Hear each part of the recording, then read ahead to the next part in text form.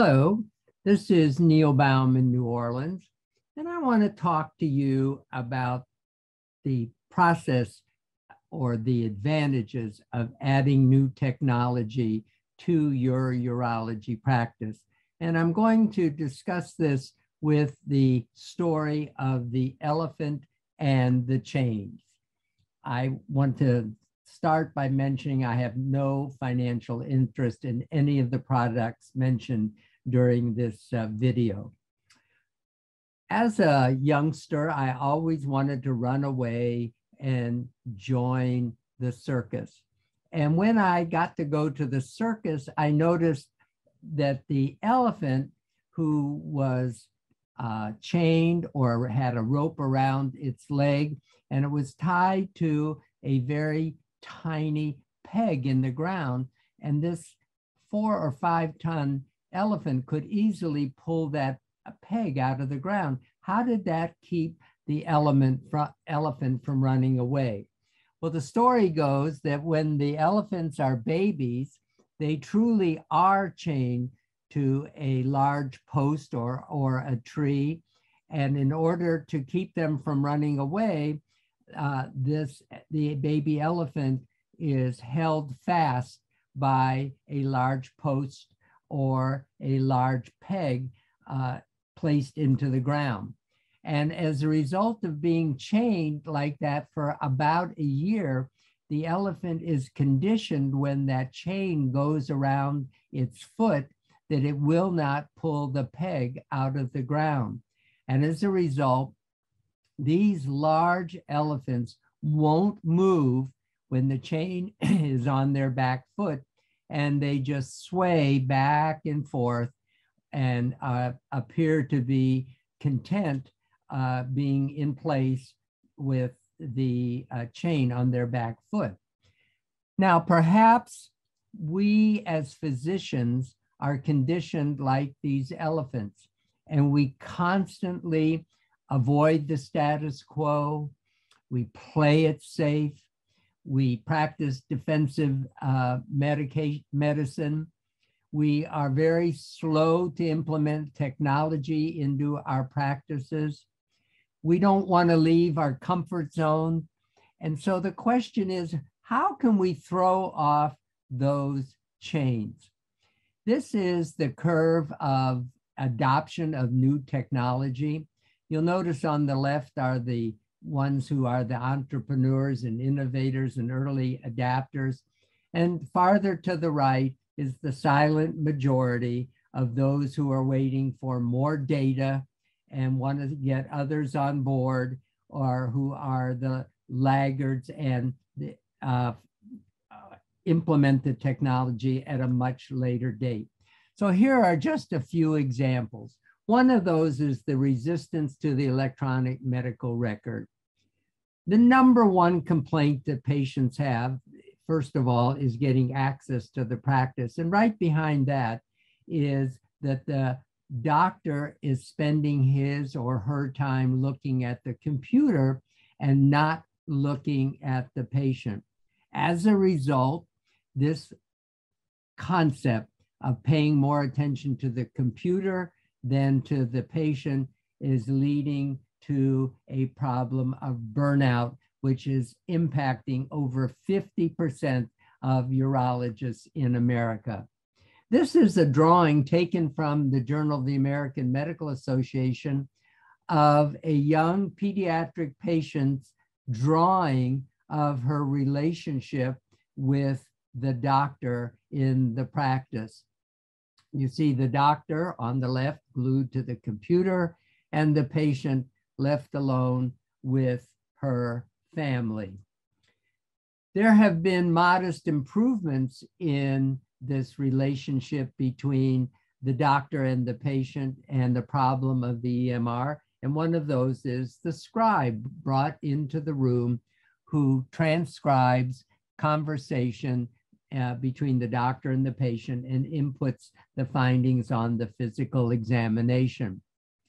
There was modest improvement when the doctor was able to use speech recognition to dictate his impression, his assessment, his and his or her plan of action, a modest improvement.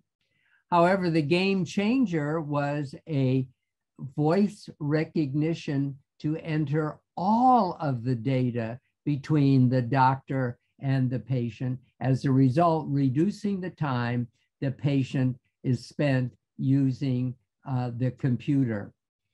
With voice recognition combined with the electronic medical record, your voice will capture all of the data during the doctor-patient encounter.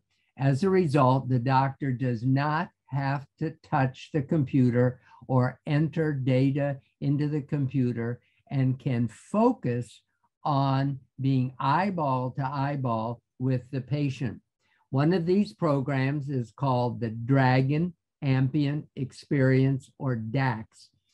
I do not have any financial arrangement with Dragon, naturally speaking, or with Nuance.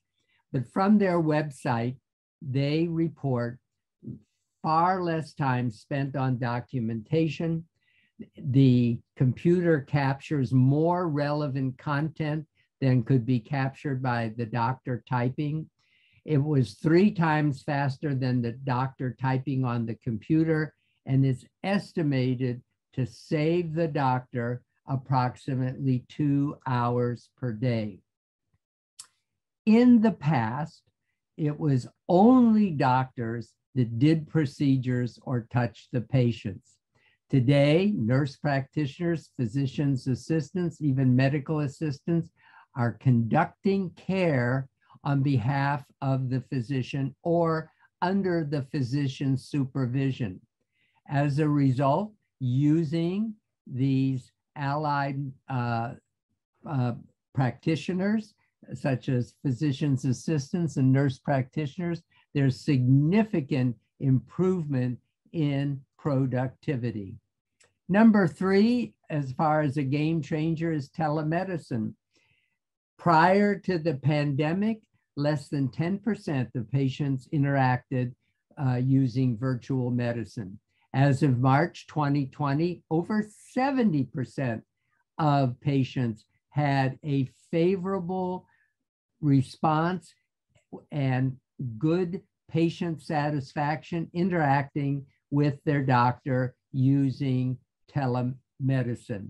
So this also is a game changer, resulting in enhanced productivity of the doctor. Finally, a game changer is the use of artificial intelligence, and artificial intelligence are now reading mammograms as well as in terms of accuracy as a radiologist. They are using artificial intelligence on apps to screen for skin cancer with dermatologists. And also now the use of artificial intelligence in reading pathology slides. And I'll mention to you particularly the result of using prostate biopsy slides. Artificial intelligence in an article in a pathology journal in 2021 indicated that 2/3 of the slides reviewed by a general pathologist were in agreement with uropathologists. They were able to detect the presence or absence of tumor, the Gleason pattern, and also noted was the use of artificial intelligence plus the pathologist resulted in improved tumor detection. It decreased the review time, and it also increased the agreement of general pathologists with the uropathologist.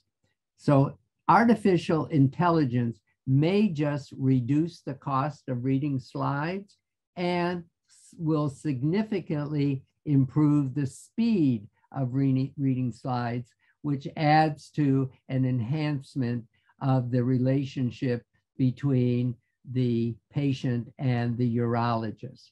Well, I hope I have used this example of the elephant in chains to explain how we may adapt and implement new technology into our practices. If you would like a copy of my article, my white paper on the elephant and chains, you can reach me at the email address shown on this last slide.